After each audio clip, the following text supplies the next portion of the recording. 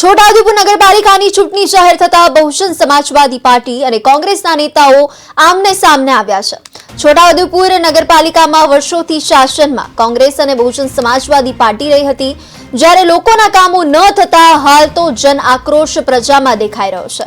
જ્યારે ભાજપ અત્યાર સુધી છોટાઉદેપુર નગરપાલિકામાં બહુમતીથી એક પણ વાર શાસનમાં આવી નથી, ત્યારે આ વખતે લોકો પ્રજાના કામો ના કરીને મતો મેળવીને હતા અને આ રહેનાર નેતાઓને સબક શીખવાડશે। જ્યારે શોપિંગ સેન્ટરના તાળા ખોલાવવા માટે તમામ પાર્ટીઓ સત્તામાં રહ્યા બાદ પણ નિષ્ફળ રહી છે।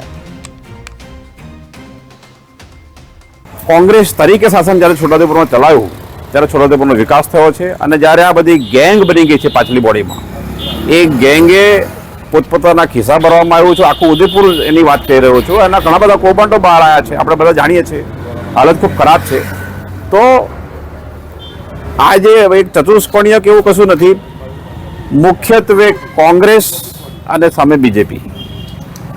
કોંગ્રેસ લોકોની વાત કરે છે અને બીજેપી આ પ્રકારના જે કૌભાંડો છે એનું પ્રતિનિધિત્વ કરે છે। આ બે પાર્ટી લડી રહી છે અને કેટલાક આમ તેમ જે લડે છે એ કોંગ્રેસની સામે બીજેપીને વોટ નથી મળતા, છોટાઉદેપુરનો ઇતિહાસ રહ્યો છે, એટલા માટે ક્યાંક ઊભા કરવામાં આવી રહ્યા છે। બહુ સ્પષ્ટ છે, હું નથી કહેતો। 20 થી વધારે ઉમેદવારો અમે ઉતારવા જઈ રહ્યા છે સાહેબ। મારો સાથ કોઈ છોડવો નથી, બરાબર? જે છે મારી જોડે નાના યુવાન કાર્યકરો મારી પાસે છે, જે કામ કરી શકે એવા મારી પાસે કાર્યકરો છે।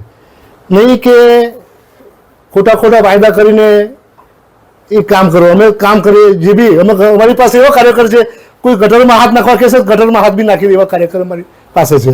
બહુજન સમાજ પાર્ટીનું શાસન 2.5 વર્ષ રહ્યું છે, એક બી કેસ થયો નથી અમારી પર। જે બી કેસ થયા છે અમારી ગેરહાજરીમાં, જ્યારે 2.5 વર્ષ ચીફ ઓફિસર અને સંગ્રામસિંહ રાઠવાના શાસનમાં કેસ થયા છે, અમારા શાસનમાં કોઈ કેસ થયો નથી। તો ભાજપની બી ટીમ હોત તો ભાજપની સામે હું લડતો જ ના ને સાહેબ। મારે હમણાં પડકાર સામે બીજેપી સામે લડાઈ છે મારે। મેં બહુ એટલો મોટો માણસ નથી કે હું કોંગ્રેસનો ઉમેદવાર તોડી લાવું। હું કાર્યકર છું, એક નાનો અમથો કાર્યકર છું, કામથી હું આગળ આવેલો છું। જે બી છે હું કામ કરીને આગળ વધું છું। કાયદે કે ગુજને લીધે નથી ખુલતા, એ થઈ જશે, એ બી ટૂંક સમયમાં ચાલુ થઈ જશે। કોંગ્રેસ તરીકે શાસન જ્યારે છોટાઉદેપુરમાં ચલાવ્યું ત્યારે છોટાઉદેપુરનો વિકાસ થયો છે અને જ્યારે આ બધી ગેંગ બની ગઈ છે પાછલી બોડીમાં, એ ગેંગે પોતપોતાના ખિસ્સા ભરવામાં આવ્યું છે। આખું ઉદયપુર